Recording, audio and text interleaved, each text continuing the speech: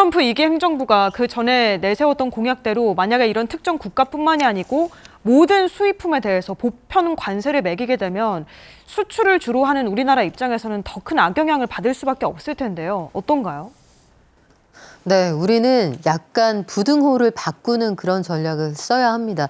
지금은 미국 입장에서 한국은 좀 얄밉게도 보일 수 있는 경상수지 대규모 적자국이거든요. 미국 입장에서 한국은 8대 경상수지 적자 대상입니다. 그러면 우리가 그동안 미국의 장사를 잘 해왔다는 뜻인데 수출 많이 했으니까 그러면 수입을 좀 늘려서 균형을 좀 잡아가는 노력 혹은 액션 이런 것들이 필요한 상황입니다. 경상수지 적자가 점차 쌓이는 걸 트럼프 당선인이 좌시할 리가 없는 상황이거든요. 트럼프식의 보편 관세가 우리 수출을 타격한다 그러면 중국 시장도 다시 한번 찾아가기 어려운 이 마당에 굉장히 타격이 클 것으로 보이고 수출 의존도가 높은 우리 경제가 지금 내수도 상당히 어려운 상황이기 때문에 이 보편 관세를 있는 그대로 얻어맞아서는 절대로 안 될 겁니다. 수출에 만약에 타격이 생긴다. 실제로 보편 관세가 이루어져서 한국산 물품에 관세가 무겁게 물려진다 하면 이것만으로도 연간 우리 GDP가 적게는 0.5%, 크게는 1%포인트까지 줄어들 것으로 보이는데 내년도 한국은행이 보고 있는 우리나라의 경제 성장률 전망치가 1.9%입니다. 그러면 최악의 상황을 가정할 때 1%포인트가 빠진다고 하면 이거는 완전히 얘기가 달라지는 그런 계산법이기 때문에 현상을 유지할 수 있는 상황에서 할 수 있는 건 최선을 다해야겠고요. 현재 대미 수출이 최대 22조 원 이상 감소할 수 있다 이런 전망도 있는데 여기까지 가지 않게 우리가 다양한 협상 카드를 통해서 가치 있는 동맹국이라는 점을 끊임없이 강조해야 할 것으로 보입니다. 그리고 여기에 문제가 하나 더 있는 게 2018년에 무역 적자를 이유로 미국이 당시에 한미 FTA 개정을 요구했던 적이 있습니다. 이번에도 마찬가지로 재협상 카드를 꺼내들진 않을지 우려가 되는데요. 이 부분은 어떻게 전망하십니까? 네, 충분히 그럴 가능성은 있다고 봅니다. 네. 그때 당시에도 여러 가지 이유를 들고 또 이걸 지렛대 삼아 방위비에 대한 압박까지 이어지기도 했고요. 아마도 한미 FTA에 대해서 이걸 개정하자는 요구가 있을 수도 있는데 우선순위에서 한국이 그렇게까지 갑자기 그 협정을 개정해야 될 만큼 빠르냐 아마 그 부분은 아니지 않을까. 우리가 그 틈에서 좀 여유를 얻을 수 있는 부분이 있을 거라고 예상을 하는데요. 일단 올해 1월부터 11월까지 대미 수출 누적액을 보면 1,156억 3천만 달러. 이게 대중 수출 규모하고 거의 맞먹습니다. 이렇게 따져본다면 중국에 대한 수출이 점차 통상환경 압박 속에서 좋지 않을 것으로 예상되는 마당에 미국에 대한 수출이 대규모로 늘어나 있는데 관세에 대한 압박 혹은 한미 FTA 재개정을 통해서 압박이 들어온다고 하면 통상환경 상당히 팍팍할 것으로 보입니다. FTA 재협상 관련해서 우리가 가질 수 있는 여러 가지 카드 그리고 논리적인 근거를 마련해둬야 하는데 현재 지금 시간이 많지 않다는 게 참 안타깝습니다. 그리고 만에 하나 상하원에서 공화당이 좀 권력을 분산해서 가지고 있었더라면 트럼프 행정부가 원하는 방식대로 착착 나가지는 않았을 수도 있겠지만 현재로서는 상원과 하원이 모두 트럼프 대통령이 속해 있는 공화당 주류이기 때문에 이 상황에서는 뭐 미국과 협상하는 전략, 미국의 요구를 일부 들어주고 우리 걸 최대한 지키는 전략이 필요할 것으로 보이는데 관세를 일단 높인 다음에 원하는 방식이 원하는 딜이 이루어졌을 때 이걸 좀 깎아주는 방식으로 미국은 아마도 높였다 낮추는 방식의 협상 전략을 쓸 것으로 보이는데요. 우리나라의 경우에는 올해 역대 가장 많은 차를 미국에 팔았다라고 하는데 이 자동차 분야의 타격이 불가피할 겁니다. 다만 우리가 여기에서 강조할 수 있는 부분은 합작하고 있는 부분들 혹은 멕시코에서 미국 본토로 수출되는 부분들 이런 것들에 미국 자본이 들어가거나 현지 브랜드와 협업하고 있는 것들이 꽤 있는데 뭐 캐나다에서도 마찬가지고요. 이렇게 될 경우에는 미국 자체도 손해를 볼 수밖에 없다. 소비자들은 비싸게 사고 미국의 일자리도 결과적으로 줄어든다. 이런 부분에 대한 강조가 필요할 것으로 보이고 아마도 농축수산물 관련해서는 시장을 추가로 개방하는 것이 불가피할 겁니다. 이와 관련해서 에너지에 대한 추가 수입, 농축수산물 관련 추가 수입이 예상된다는 점은 충분히 인식을 하고 국민들에 대한 호소도 좀 필요하지 않을까 싶습니다. 한편으로는 지금 삼성과 SK 등 우리 기업이 미국의 반도체 공장 등을 투자하고 이에 대해서 보조금을 받기로 한 이 거래 협상 자체가 조금 늦어지고 있습니다. 보조금을 아직도 받지 못하는 상황인데요. 트럼프 당선인이 이제 대통령이 되어서 2기 행정부가 들어서게 되면 이 보조금을 깎을 수도 있지 않겠느냐 하는 예측이 나오는데 어떻습니까? 네, 가장 걱정되는 게 사실 그 부분인데 TSMC의 경우에는 이미 협상을 마무리를 지었습니다. 네. 미국 현지 기업들의 경우에도 뭐 당초보다는 좀 깎았다고 하지만 그래도 천문학적인 숫자의 보조금을 받기로 확약을 받았는데 바이든 행정부가 임기를 끝내기 전에 우리도 이 부분에 대한 도장을 찍어야 하거든요. 삼성이 미국에서 예정대로라면 받아야 하는 보조금이 64억 달러입니다. SK 하이닉스도 4억 5천만 달러를 받아야 하는데 이 부분에 대해서 현재까지는 아무런 법적 구속력이 없는 양해각서만 체결돼 있는 게 우리나라 기업들의 현실입니다. 그러면 지금 우리가 할 수 있는 방식은 두 가지일 텐데 한 가지는 삼성과 SK가 얼마나 많이 미국에 기여했느냐. 우리 두 기업이 미국에 기여한 것만 해도 지금 60조 원에 달한다. 이 점을 충분히 강조를 해야 할 것 같고요. 그래서 일자리뿐만 아니라 이 죽어가던 시골 동네까지 살려내고 있다. 이 부분에 대한 강조가 필요할 겁니다. 추가 투자도 약속을 해놓았고 추가 공장 건설도 끊임없이 이루어지고 있는 상황이라 이 부분을 현재 바이든 정부, 다가올 트럼프 행정부에 동시에 강조하는 전략이 필요할 텐데 일단은 바이든 행정부의 임기가 내년 1월 19일까지 남아있기 때문에 가능하면 해를 넘기지 않고 올해 안에 확약을 받아놓는 그 작업이 필요할 겁니다.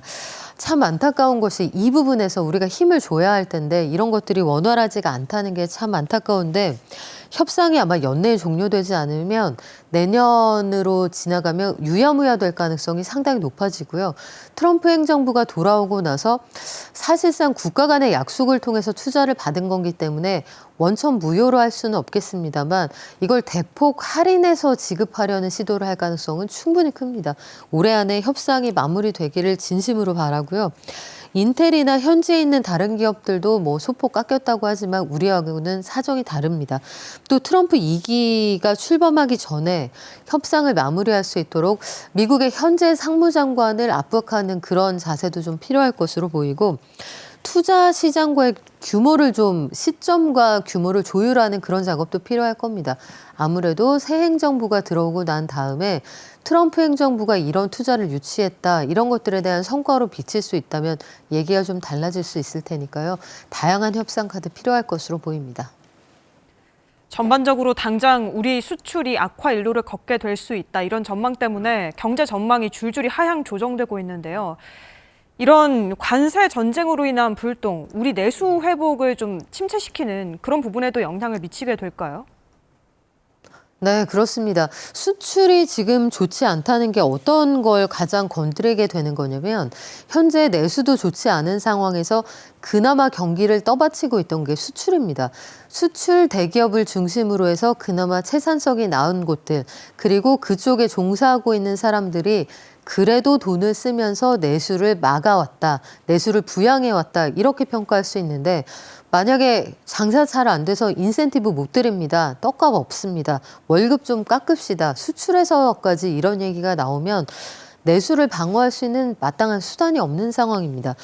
그래서 내년도 경기에 대한 걱정이 점점 커지고 있는데 한국은행도 최근 경제 전망을 하면서 내년도 경제 전망치를 낮춰잡았죠.